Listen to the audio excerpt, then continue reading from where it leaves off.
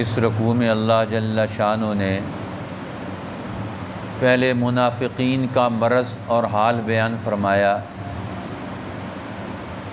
اور پھر اس کے بعد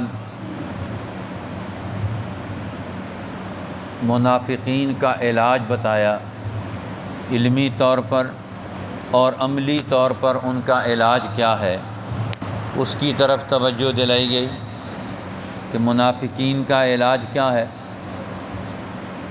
اب ان آیات میں منافقین کے مقابلے میں نیک لوگ، انعام والی جماعت، ان کا قرآن حکیم نے معیار بتایا ہے، ان کا تعارف کروایا ہے کہ عام لوگ وہ انعام والی جماعتوں میں شامل ہوں، منافقین کے ساتھ، گمراہ ہونے والوں کے ساتھ، خواہشات کے پیچھے چلنے والوں کے ساتھ نہ ہوں۔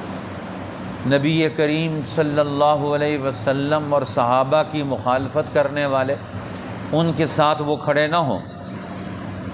اس لیے یہ اصول سمجھایا۔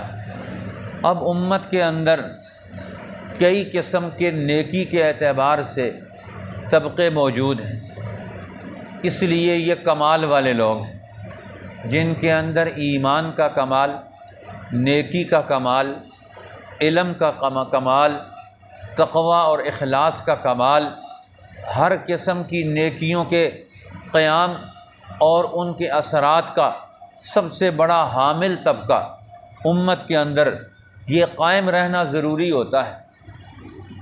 اس لیے انعام والی جماعتوں میں سے اللہ جل جلالہ نے 4 قسم کے لوگوں کا یہاں تعارف کروایا۔ تو سب سے پہلے تو فرمایا وَمَن يُطِعِ اللَّهَ وَالرَّسُولَ، جو اللہ اور اس کے رسول کا حکم مانتا ہے۔ اب یہاں الرسول کہہ کر اللہ تعالیٰ نے یہاں اسم معرفہ استعمال کیا۔ رسول سے مراد یہاں محمد صلی اللہ علیہ وسلم، عام رسول نہیں۔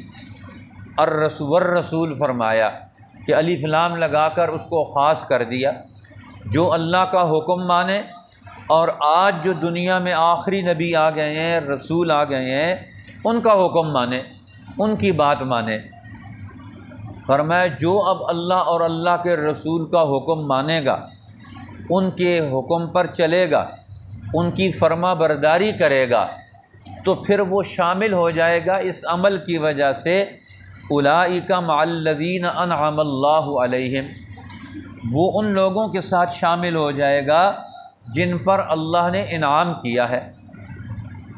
اب یہ جماعتیں انعام والی، یہ 4 قسم کی جماعتیں ہیں، یہ امت کا معیار ہے، سارے انسانوں کے لیے بنیاد ہیں۔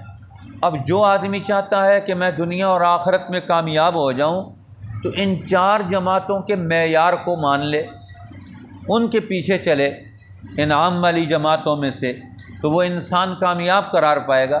یہ وہ لوگ ہیں جن پر اللہ نے انعام کیا۔ اس لیے سورۃ الفاتحہ میں بھی اللہ تعالیٰ نے ہمیں حکم دیا کہ آخر سورۃ الفاتحہ میں ہم جب مکمل کرنے والے ہوتے ہیں تو اللہ سے دعا مانگتے ہیں، اہدنا الصراط المستقیم، اے اللہ ہمیں سیدھے راستے پر چلا، صراط الذین انعمت علیہم، سیدھا راستہ کون سا ہے؟ سیدھا راستہ ان لوگوں کا ہے جن پر تو نے انعام کیا۔ اب یہ انعام والے لوگ، ان کی تشریح انعام والی جماعتیں کون کون سی ہیں اس آیت میں آ گئی، اور آگے وہاں فرمایا تھا غیر المغضوب علیہم ولا الضالین۔ انعام والی جماعتوں کے مقابلے میں الٹ لوگ کون سے ہیں؟ وہ بھی 4 قسم کے لوگ ہیں، وہ الٹ لوگ ہیں انعام والی جماعتوں کے۔ وہ کون سے ہیں؟ یہ 4 گمراہ فرقے جن کا قرآن تذکرہ کرتا ہے قریب ترین، ان میں سے یہود، نصارہ اور مشرکین جن میں شرک پایا جاتا ہے، اور چوتھے منافقین۔ اب یہ 4 جماعتیں، یہ 4 قسم کے اعمال اور اخلاق رکھنے والے لوگ ہیں۔ جن میں یہ 4 قسم کے اخلاق اعمال پائے جائیں گے وہ گمراہ ہوں گے، اور یہ 4 قسم کی انعام والی جماعتیں ہیں، نبیین، صدیقین، شہداء اور صالحین۔ یہ معیار ہے پوری امت کے لیے، قیامت تک کے آنے والے انسانوں کے لیے، ہر عمل میں، عبادات میں بھی، ایمانیات میں بھی، علم میں بھی، عمل میں بھی، اخلاق میں بھی، معاشرت میں بھی، لین دین میں بھی، ان سب چیزوں میں یہ لوگ معیار ہیں، بنیاد ہیں۔ اس لیے قرآن نے ان کا الگ سے تعارف کروایا۔ تو اب یہ 4 جماعتیں کون سی ہیں؟ نبیین پہلی جماعت حجت الاسلام۔ مولانا قاسم نانوتوی رحمۃ اللہ علیہ فرماتے ہیں کہ اسلام میں بنیادی طور پر 2 درجے ہیں، ایک علم کا درجہ ہے اور ایک عمل کا درجہ ہے۔ خرابیاں بھی انسانی معاشروں میں 2 طرح کی وجود میں آتی ہیں، کچھ خرابیاں علمی خرابیاں ہوتی ہیں اور کچھ عملی اور اخلاقی خرابیاں ہوتی ہیں۔ اس لیے قرآن حکیم نے علم کے بھی 2 درجے رکھے ہیں۔ پہلا درجہ علم کے کمال کا، وہ فرماتے ہیں نبوت کا درجہ ہے، یہ سب سے اونچا درجہ ہے علم کے اعتبار سے، کیونکہ نبی کو براہ راست علم ملتا ہے اللہ کی طرف سے۔ نبی دنیا میں کسی کا شاگرد نہیں ہوتا، وہ اللہ کا شاگرد ہوتا ہے، اللہ تعالیٰ اس کی پرورش کرتا ہے، اللہ تعالیٰ اس کی نگرانی کرتا ہے، اللہ تعالیٰ ان کو علم دیتا ہے۔ تو اللہ کا علم اصلی علم ہے، اور اللہ کے اصلی علم سے براہ راست وحی کے ذریعے اللہ کے نبی کو علم حاصل ہوتا ہے۔ اس لیے نبی کا علم وہ یقین کے درجے تک ہوتا ہے، باقی لوگوں کا جو علم ہوتا ہے، معلومات ہوتی ہیں، وہ ظنی ہوتی ہیں۔ حضرت نانوتوی رحمۃ اللہ علیہ سے کسی نے علم کے بارے میں، مکاشفے کے بارے میں سوال کیا کہ حضرت ہم یہ دیکھتے ہیں کہ ایک آدمی کوئی اللہ کا ولی کی کوئی اور اپنی رائے دیتا ہے، وہ 100% صحیح نہیں ہوتی، لیکن اللہ کے نبی اپنی علمی رائے دیتے ہیں اور اپنی رائے کا اظہار کرتے ہیں، وہ 100% درست ہوتی ہے۔ اب سوال کرنے والا ایک کوئی عالم نہیں تھا، ایک عام آدمی تھا، اور راستے میں چل رہے تھے، چلتے چلتے اس نے سوال کیا۔ تو حضرت نے فرمایا بھائی دیکھو، ہم یہاں راستے پر جا رہے ہیں، وہ سامنے بلڈنگ نظر آ رہی ہے، یہ یہاں سے کتنے فاصلے پر ہوگی؟ وہ کہنے لگا 100-150 گز کے فاصلے پر ہوگی۔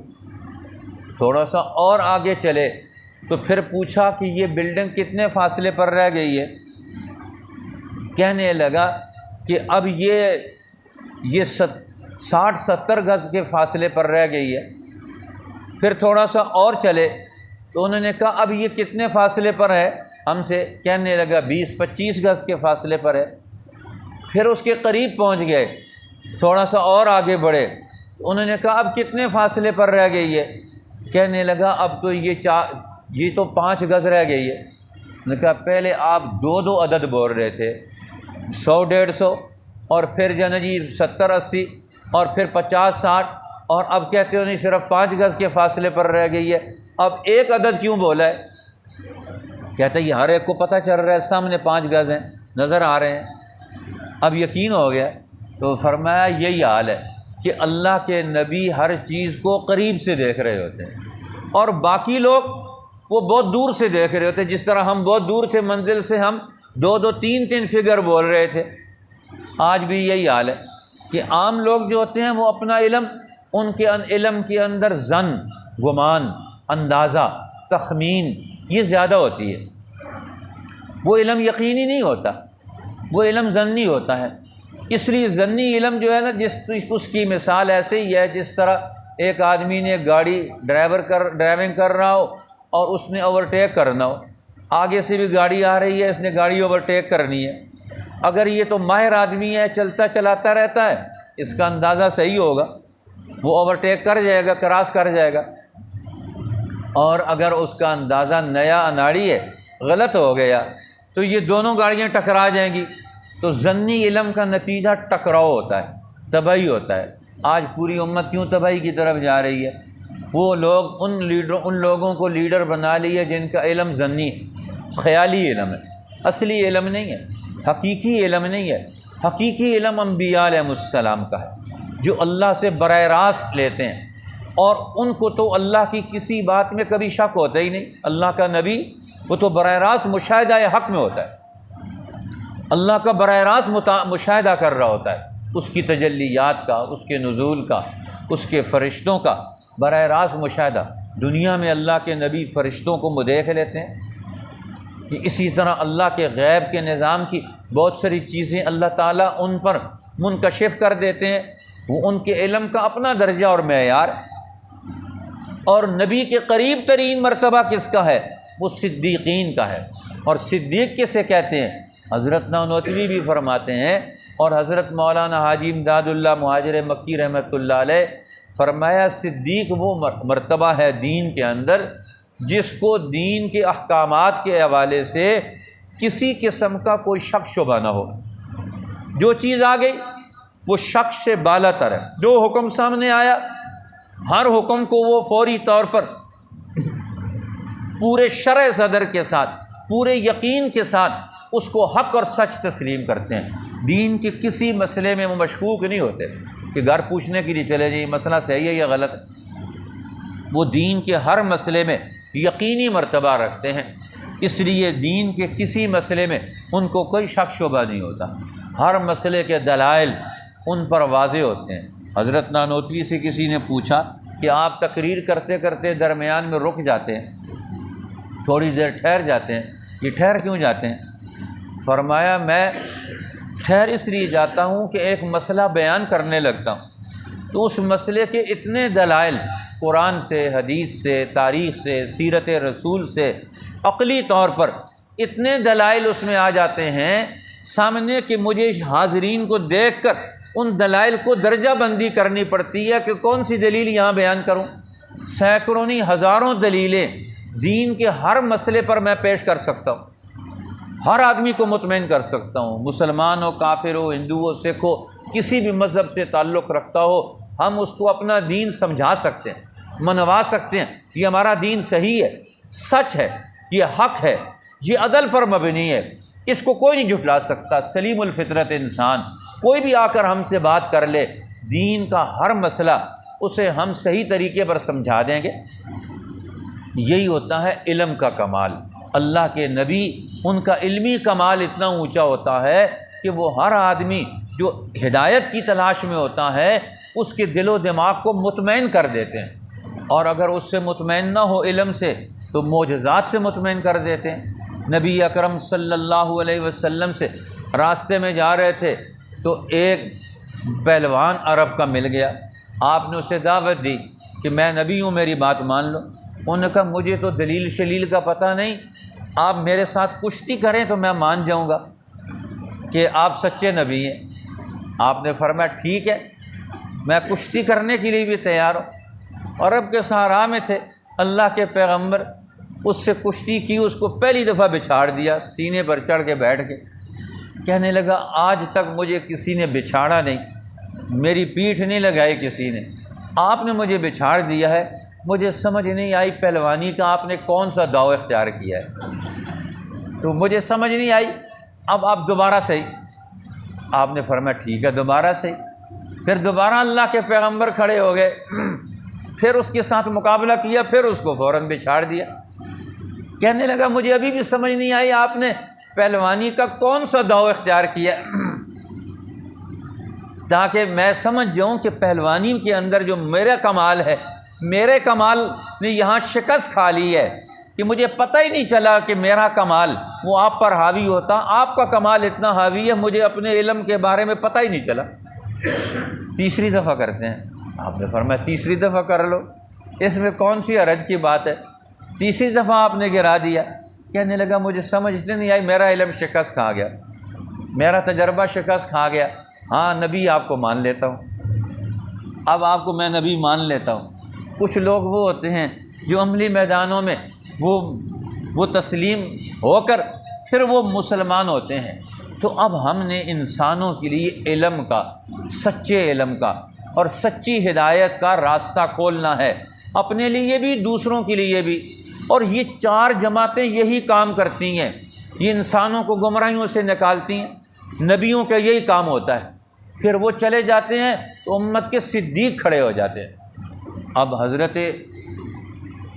حضرت حاجی امداد اللہ مہاجر مکی یہ بھی صدیقی خاندان سے تھے، حضرت ابو بکر صدیق کی نسل سے تھے، اور امت کے سب سے بڑے صدیق جو ہیں وہ صدیق اکبر، جن کو خود رسول اللہ نے لقب دیا صدیق اکبر کا۔ صدیقین تو پوری جماعت ہے نا، اور صدیق اکبر کون ہے؟ اس امت کے سب سے پہلے ابو بکر ہیں۔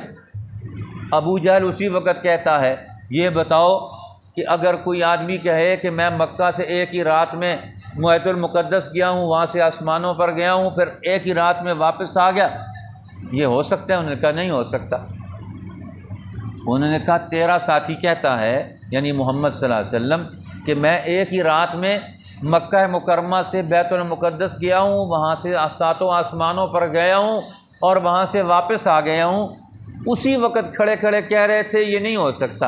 انہوں نے کہا کہ اللہ کے محمد صلی اللہ علیہ وسلم کہہ رہے تھے، پر میں بالکل صحیح کہہ رہے ہیں ہو سکتا ہے، اسی وقت کھڑے کھڑے۔ انہوں نے کہا ابھی تو آپ کہہ رہے تھے نہیں ہو سکتا ہے، کہتے ہیں انہوں نے کہا تو پھر ہو سکتا ہے۔ اب دیکھو ان کو کوئی شک نہیں ہے رسول اللہ کی بات پر، رسول اللہ کے بتائے ہوئے فرمان پر، اس کا علم اس کے حوالے سے روز روشن۔ انہوں نے کہا کیوں؟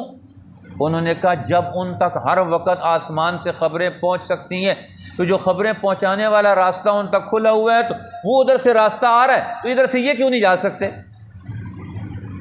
ہم یہ مانتے ہیں کہ رسول اللہ پر روزانہ وحی آتی ہے اور وہ اللہ کی طرف سے روزانہ راستہ کھلا ہوا ہے، تو وہ آپ تک پہنچنے کا راستہ کھلا ہوا ہے تو ادھر سے جانے کا راستہ بند کیسے ہو سکتا ہے؟ اس لیے اگر وہ کہتے ہیں تو صحیح ہے، باقیوں کے لیے راستہ نہیں کھلا ہوا، ان کے لیے راستہ کھلا ہوا ہے۔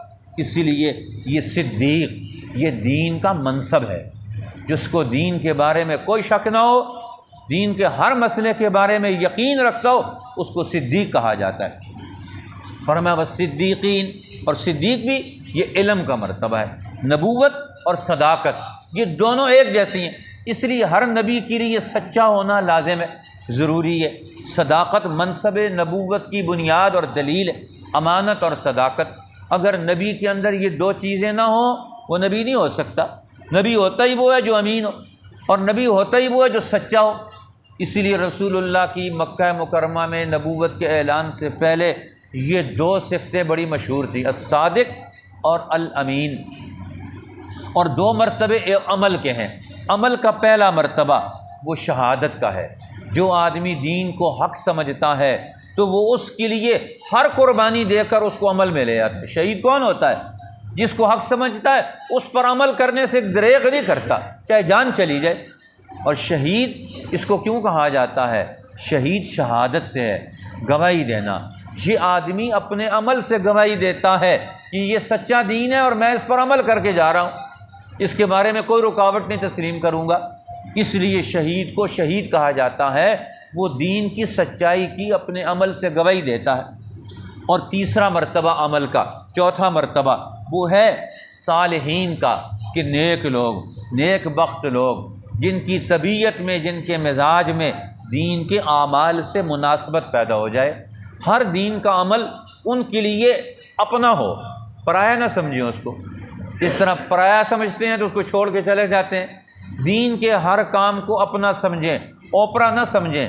ان کی طبیعت میں اور دین کے ہر حکم کے اندر آپس میں مناسبت ہو، میلاپ ہو، میلان ہو ان کا، طبعی طور پر ان کو صالحین کہا جاتا ہے۔ اس لیے حضرت شاہ عبد القادر محدث دہلوی رحمۃ اللہ علیہ وہ فرماتے ہیں اس آیت کی تشریح میں، ایک ہوتا ہے کمال اطاعت، کہ اللہ کی اطاعت کا سب سے اونچا درجہ کمال حاصل ہو جائے۔